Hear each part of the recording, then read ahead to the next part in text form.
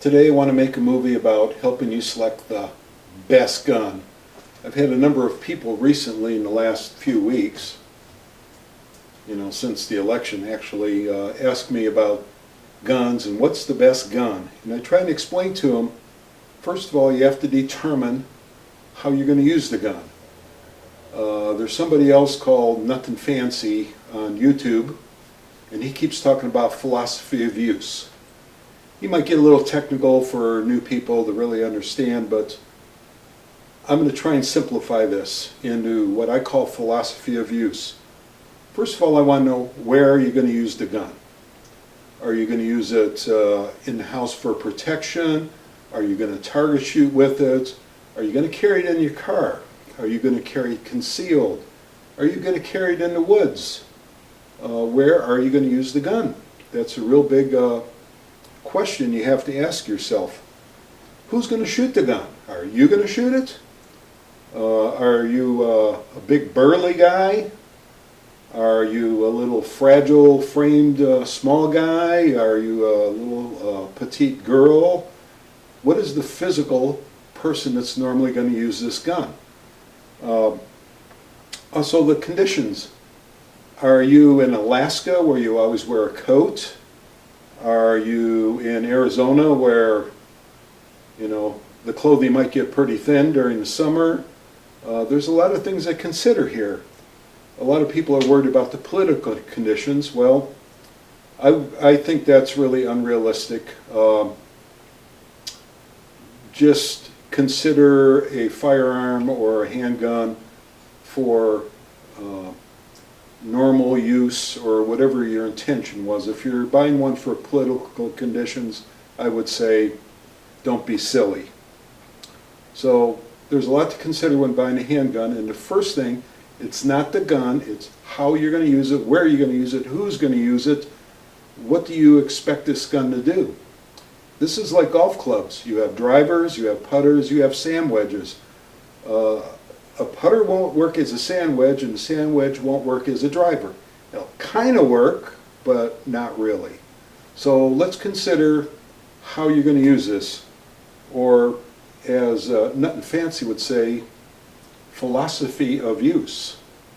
But let's consider everything and let's make the right choice about the size gun, the type of gun, before you even start considering the brand. Let me start showing you guns one at a time. So imagine you went in the store to buy a gun, and the guy says, well, you need this. Ooh, look at that. A big, badass 357 Magnum. He's also coming 44 Magnums, big Smith & Wesson.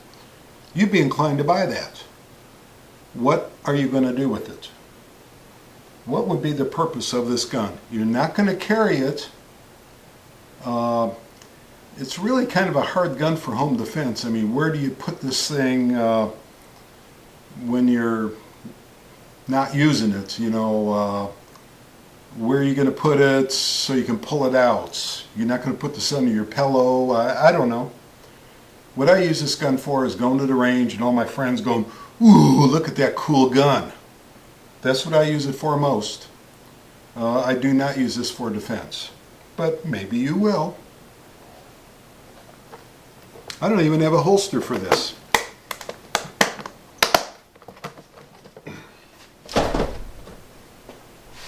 So you go to the store and the guy says, you're a real man, you need a 44 Magnum or a 45, that's even bigger. Well, 45 is a fine firearm. What are you going to do with it? How are you going to use it? How are you going to carry it? Let me show you how this fits in some holsters and how you would carry this thing. Okay, here's carry. Can you tell what I have here? I take my jacket off. Hey, I'm not happy to see you. That's just my gun. That's just silly. This is just silly size to carry. Okay, this is the 45. Can you tell I got it? Hey, so if you live in a colder climate, you can kind of get by. Kind of hangs down a little bit because it's a longer gun. this is how I wear it in this holster when I ride my ATV, and this works real good. Nice gun for that application, but nowhere else. Okay, the next gun, Sig Sauer. Again, they're all unloaded. Big difference. This one here weighs half of what the other one weighs. This is really a light gun. 9mm. Hey, I got 15 shots of 9mm or 7 shots of 45 if I use the 45. So, you know, that's a choice you have to make. What's your capacity? Your capacity is going to be higher on smaller calibers and lower on big calibers, and if there's a big caliber that has a high capacity, the gun's going to weigh a ton. 9mm are a lot lighter than 45, so you can carry a lot more in without really loading up the gun, the weight of the gun. So there's a 9mm Sig Sauer.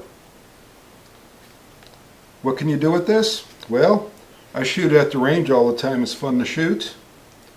And I don't carry this concealed carry. But when I'm walking in the woods, this is the gun I carry. It's nice to walk with in the woods. And let me show you how this stacks up as far as wearing it. Okay, this is the Sig 2022. I think it's like an SP 2022, 9mm. It's a lot easier to conceal because it's a lighter gun and shorter. It rides a little higher, so it's easier to cover it up with a flannel shirt or something. Very light to carry, and lightning fast coming out of the holster because it's a light gun. So that's an advantage. I'm not very good at it, but you get the idea. So with this kind of gun, this length, you can sit down in the car real easy. It doesn't jab in you. It's pretty good. But for real concealed carry, like if I go to a restaurant, I'm not going to carry this.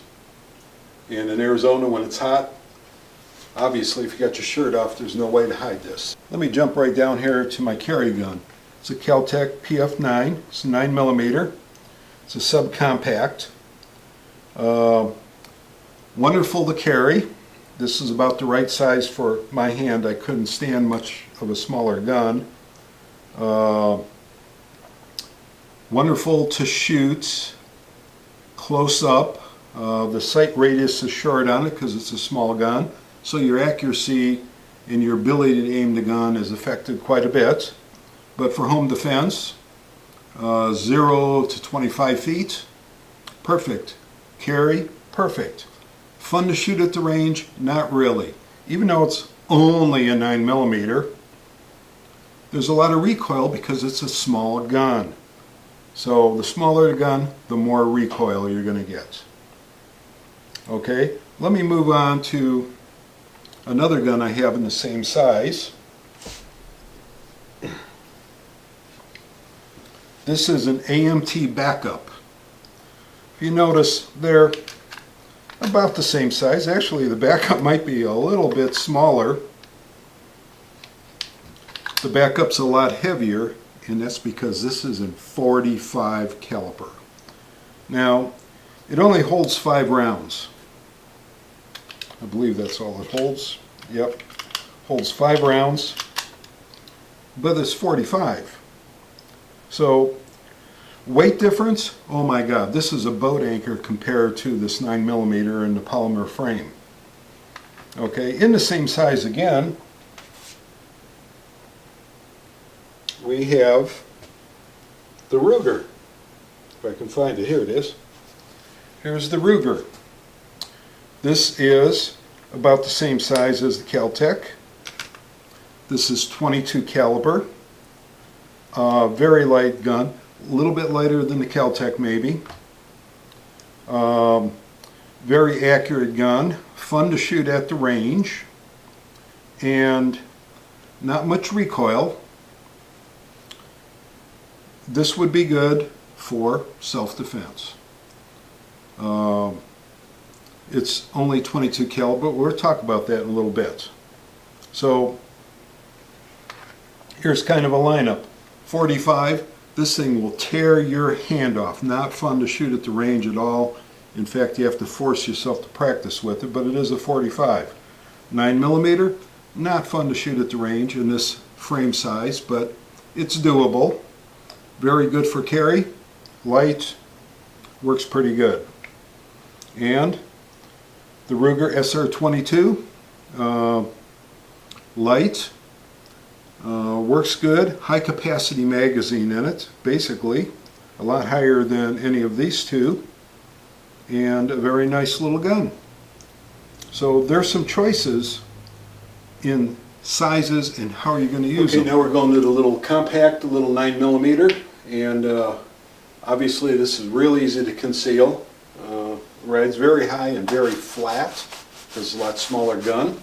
I can actually take this shirt off. Covered up, no problem. No problem here at all. Very easy to conceal. If I don't want to use this little holster, I can use a pocket holster. And this will fit right in my pocket. It'll kind of print. You have to watch that. But if you just take a handkerchief and roll it around your comb, stick it in your pocket, kind of break the outline up, it's gone. Or a lot of times I use a big farmer handkerchief or something like that, stick in there. So this is very easy to carry in your pocket. Of course, you can't get it out real easy. In the car, you can't get it out at all. So this is actually the ideal holster up here on my belt, if you can do that.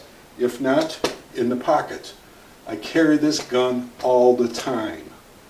That's real important, to carry it all the time. So that's kind of your choices. There's other choices. Here's another little 22 caliper. It's a Taurus. Very nice little gun. I can barely, well, actually I can hold this pretty good. Very small gun. This here, go right in the pocket. I never considered putting this on a holster. It's just too small.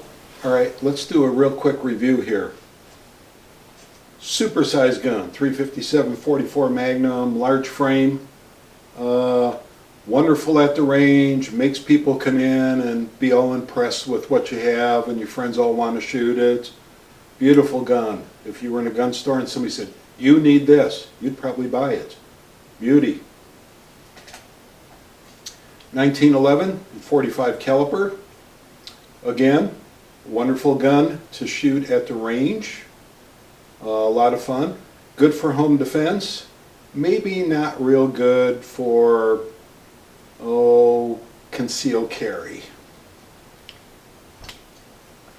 9mm, a lot smaller, a lot lighter, nicer to carry. Like I said, I use this gun here when I'm walking in the woods. Nice to shoot at the range. Recoil's not bad.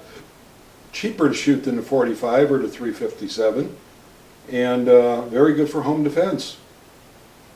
Again, to carry concealed, a little big. Then we have the little 9mm and a compact. Wonderful for concealed carry. Good for home defense. Easily shoot 25, 30 feet, without any problems. Without any sighting problems, because it does have a shorter sight radius because it's a smaller gun, so it's a little bit harder to point, but at close distance it doesn't make a difference. So this would be a good gun for home defense and for concealed carry. To shoot at the range, it's a bit uncomfortable. If this is your only gun, you're not going to practice with it because you would not shoot this too much. If you had another gun that you went to the range with, something else, and then you pull this out and did a few practice shots all the time, you'd stay proficient, be okay, but not a good range gun. So there you have it. There's kind of the lineup. I hope this video didn't waste your time. I really tried to go over what you should consider before you buy a gun. Don't just go buy a pretty one. What are you going to do with it? It's like Nothing Fancy says, philosophy of use. How are you going to use it? Which gun's the best here? How are you going to use it? If you're going to do concealed carry, this is not the best. If you're going to do target shooting, well, one of these are not the best. So there's a lot of things to consider here. How are you going to use it should be your first question you ask before you even go consider a gun, especially a handgun. There's a lot to consider in what you expect it to do and what you expect it to kind of do pretty good. For instance, if you're going to carry concealed, you want one of these. If you're going to target shoot with it too, this is 9mm. This is not real comfortable to target shoot with. 22 is real comfortable to target shoot with. So this gun kind of bridges both. Let's talk about caliper a little bit. Everybody seems to think you need a 44 Magnum or a 45 or some big caliper. Really not true. Probably one of the most killing guns in the world is a 22 caliper.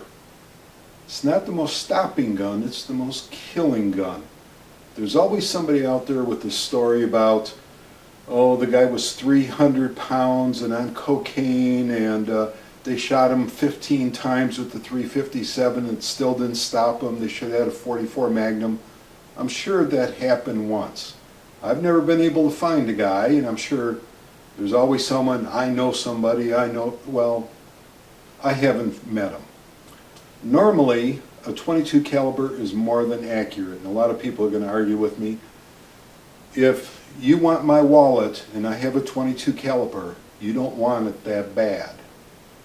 If you're a woman and some guy's going to come and rape you or something like that, I'll tell you what, you pop a 22 caliber in him anywhere in his body, and Willie's going to point to the ground. He's going to have a different set of plans as soon as he gets a 22 caliber. One reason a 22 caliber is probably a killing round is when people get shot with it, they don't hit the ground right there, the ambulance doesn't come. Sometimes they run away and they die in their car or they die at home. If they had actually stayed at the scene, probably the ambulance would have saved them, but when you get shot to 22, it's a lot worse than hitting your thumb with a hammer. And if you've ever hit your thumb with a hammer, you see stars, bad pain, and you're kind of incapacitated. Of course, there's going to be the story about the guy, he got shot and he kept coming, he was on cocaine, but very, very rare. Normally, if somebody's trying to rob you or jump you in a parking lot or something like that, if you hit him with the 22 caliber, the game is over. It's not who has the biggest gun, it's who makes contact on the first shot that really counts. I actually have 3 rules. Number 1, have a gun. Number 2, hit your target. Number 3, we'll worry about what caliber it was. If you have a gun like this, you're probably not going to have it with you. If you have a gun like this, you're probably going to have it with you. So there's the difference. This is a little 22. Again, I would rather get missed by a 44 than hit with a 22. I'm not telling you to buy a 22 caliber. I'm just saying the caliber is not the important thing. The important thing is, number 1, you have the gun. Number 2, you hit your target. Number 3, then we'll talk about the caliber. I was in the woods one time, and I was with some guys, and we were ATV riding. And this is a long time ago, and I had a 25 caliber with me. Something happened, and somebody said, "Oh, damn it, nobody's got a gun." And I said, "Hey, I got my 25 caliber," and they all laughed. "Oh, I have a 357, I have a 44 Magnum." I said, "Where are they?" "Oh, they're at home in the drawer." Guess what? My 25 caliber was better than their 44 Magnum because I had it with me. So consider that. If you're going to carry a gun, you think you're going to carry a gun, make sure you get a gun that you will carry. That's not a problem. And like I said, a .22 caliber is quite sufficient for defense. If you're going to get in a gunfight, you watch too many TV movies, I guess. Normally, 99% of the time, that's not what's happening. What's happening is somebody's going to jump you, somebody's going to try and get your wallet, somebody's going to try and take your car. I'll tell you right now, a .22 caliber will prevent it from happening and send the person to the hospital so they're easily identified. So the caliber is important, but it's not as important as having the gun and being able to hit your target. So when you choose a gun, choose wisely. Don't choose by, oh, this is a pretty gun, or, oh, that's a big one, that's a real man's gun. Choose by how you're going to use it. And again, it's philosophy of use. How are you going to use the gun? Maybe you need 2 guns to bridge some gap. I don't know. That's up to you. So good luck picking a gun.